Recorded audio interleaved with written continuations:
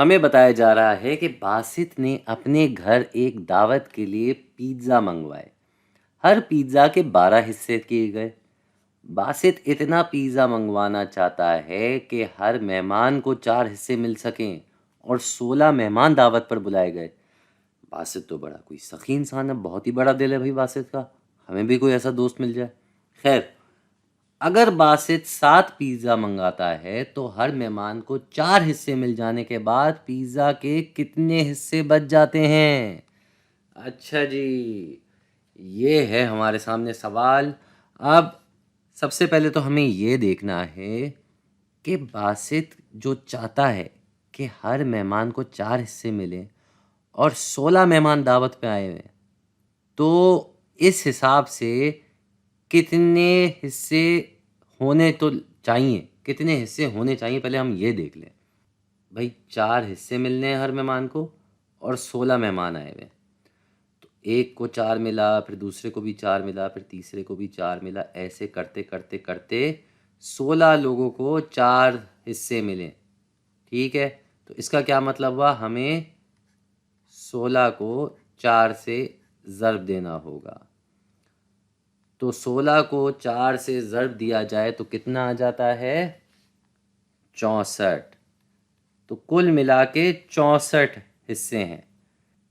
64 हिस्से होने चाहिए। जो भी इसके ऊपर होगा वो देखा जाएगा। अब हम आ जाते हैं दूसरी बात पे।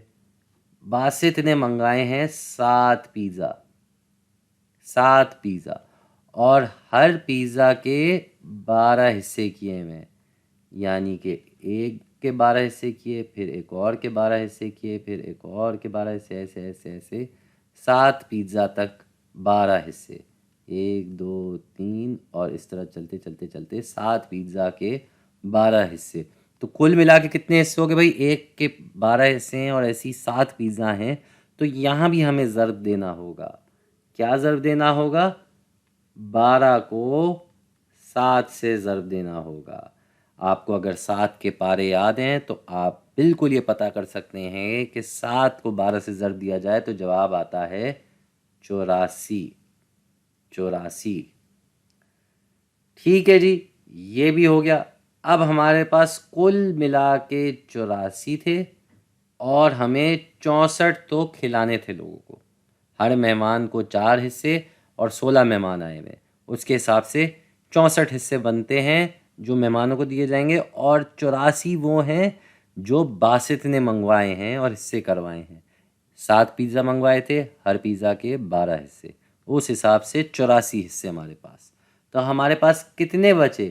तो हमें 64 को 84 से घटाना होगा। यानी कि हमारे जवाब के लिए 84 से हम 64 कम करेंगे। 84 से 64 कम करें तो जवाब आ जाता है 20। ये है हमारा जवाब। तो हर मेहमान को 4 हिस्से मिल जाने के बाद पिज़्ज़ा के 20 हिस्से मिले। 20 हिस्से, ये है हमारा फाइनल जवाब।